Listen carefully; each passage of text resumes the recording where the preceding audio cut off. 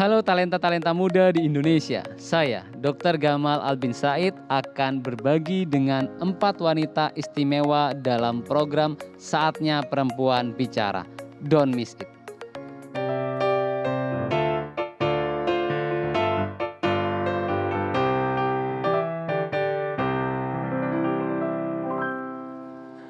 Terima kasih masih bersama kami di Saatnya Perempuan Bicara. Waduh, tadi seru banget ya. Agak deg-degan, tapi sekarang saya agak pusing nih. Ngebahas Kenapa jadi korupsi pusing? ya. Ngebahas korupsi. Tercerahkan justru. Berkelindan ya. Bahasanya biar kelihatan lebih lebih susah. Berkelindan antara korupsi dan politik. Waduh, pusing deh. Kalau tadi Sakit udah bahas kepala. soal hukum, Uh-uh. sekarang kita kayak mau bahas yang biar gantian, biar satu paket lengkap, bahas politik juga deh. Iya. Tapi kalau ini nggak hanya politik saja karena ini adalah seorang sosok. Dia adalah seorang politikus muda, tapi mengawali juga sebagai seorang dokter Yes. dan seorang entrepreneur khususnya social nih, Wow. social entrepreneur. Wow. Dan karirnya pencapaiannya itu bahkan sudah mendunia. Wow. Hebat banget ya. Jadi kali ini kita akan bicara soal politik tapi nyambungnya ke sosial, terus kemudian juga kesehatan nih kelihatannya. Komplit kan ya. Komplit banget. Jadi kalau kamu tadi pusing mungkin bisa tanya dengan dokter yang satu ini. ya, karena Oke, kasih obat ya. langsung saja kita undang Dokter Gamal Albin Said. Assalamualaikum. Assalamualaikum. Aduh, senang sekali.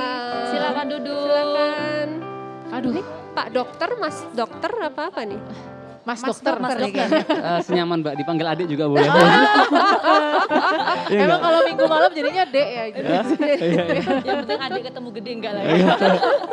Apa kabar, Dok? Terus semangat, teman-teman masih semangat semua? Semangat. Semangat, Iya. selalu. Jadi disebutnya Gimana? itu sebagai dokter sekaligus politisi, terus kemudian socialpreneur juga. Itu semua aspek yang sangat kaya loh untuk ada di satu orang gitu. Lebih senang dipanggil atau dipanggil profesinya sebagai apa sih sebenarnya dokter Gamal sendiri? Sociopreneur. Socialpreneur. Socialpreneur. Dan why? Kenapa pilih itu? Kenapa pilih jadi socialpreneur? Jadi sociopreneur kan berpikirnya dua hal ya, how to make money and how to solve social problem. Tapi kita kayak punya sense of usefulness gitu. Itu yang membuat ada nilai lebih kan. Akhirnya kan kita berpikir semakin besar perusahaan kita, semakin besar yayasan kita, semakin banyak yang bisa kita tolong gitu Mbak. Nah, Luar tapi ini biasa. padahal kalau kita lihat nih sebagai seorang dokter yang lahir besar di Malang, Jawa Timur, kemudian masuk Universitas Brawijaya dan meraih 12 penghargaan ilmiah dari berbagai Wow. universitas di tanah air. Kemudian masih melanjutkan lagi ke Sustainability Leadership Cambridge Program. Di Jadi usia? ini di usia umur 25 tahun, masih muda banget. Nah, jadi ini kan tadi ngomongin pleasure, ini kapan mainnya? Bener juga nih. Bener juga nih. Iya itu, jadi rubahlah pleasure kita ya menjadi sesuatu yang berdampak dan menghasilkan. Jadi turn your passion into profit and impact, itu sih keywordnya aku lihat. Termasuk juga dalam melakukan penelitian ilmiah sampai akhirnya berbuntut penghargaan. Iya waktu di kampus ya penelitian Wow. ilmiah dulu, betul-betul. Nah, I feel you dok, karena memang banyak sekali orang-orang tuh mencari that passion in their life gitu. Iya. Tapi Mas dokter sendiri ini bisa menemukan ini kayaknya di usia yang udah sangat muda. Bisa diceritakan nggak that moment? Oke, saya ingin mendedikasikan hidup saya untuk bisa membantu orang dan juga memberikan manfaat yang besar, yang banyak. Wah ini bagus banget. Jadi ini nyata banget ceritanya. Saya ingat di depan waktu kuliah dulu. Jadi dosen saya di kelas itu cerita. Ada seorang, ini jadi cerita seorang anak namanya Hairunisa. Dia sakit diare, tapi bapaknya seorang pemulung. Penghasilan ayahnya 10.000 setiap hari. Terus karena dia nggak mampu, akhirnya dia menemani bapaknya di gerobak sampahnya dalam keadaan sakit dan dia meninggal di gerobak sampah. Itu kalau teman-teman ingat itu jadi headline. Waktu itu dosen saya cerita di depan kelas waktu itu.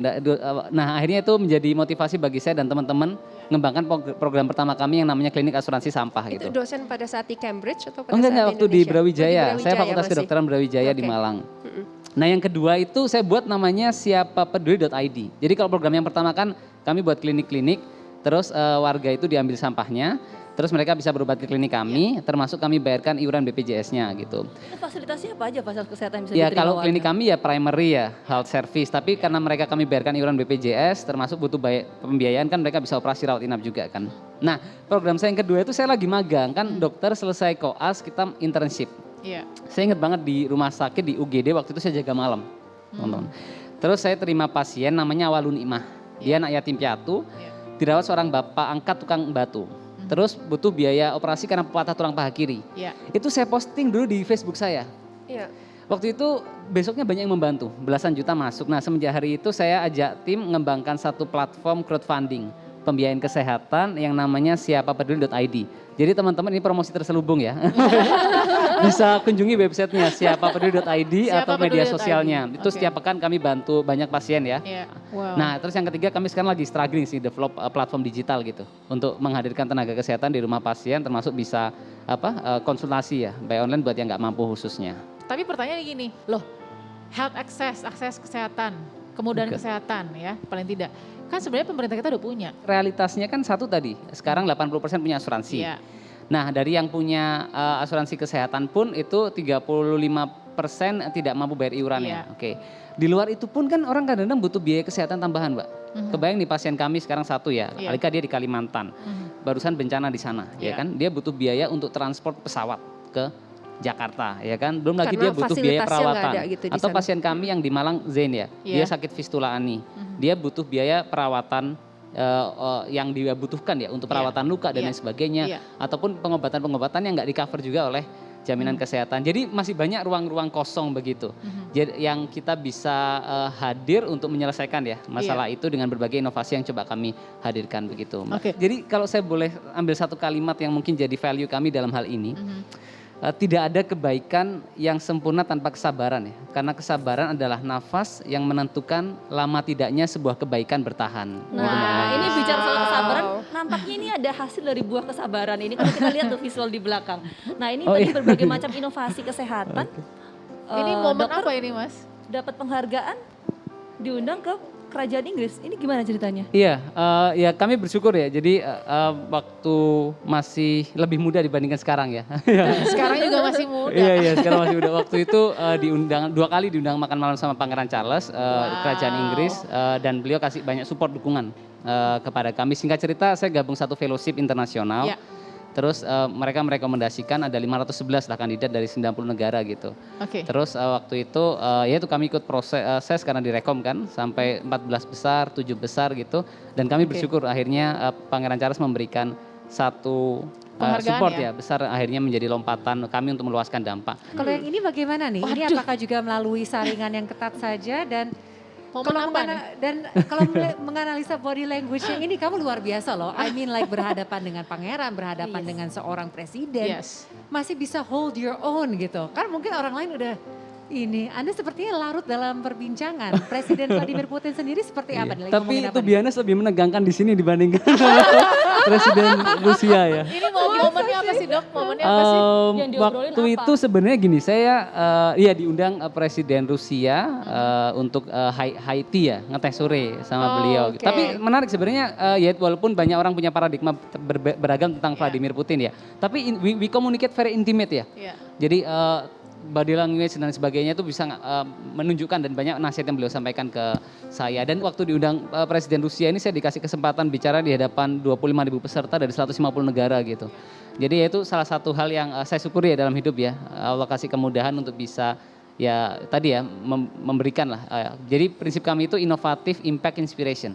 Membuat inovasi untuk menghasilkan dampak yang menginspirasi begitu Mbak. Jadi bahasanya tadi pakai bahasa Malang atau bahasa Kalau Bahasa Rusia. Presiden Putin beliau pakai bahasa Rusia, saya pakai bahasa Inggris ya. Oke, nah jadi pesan yang paling diingat dari dua tokoh itu apa sampai sekarang?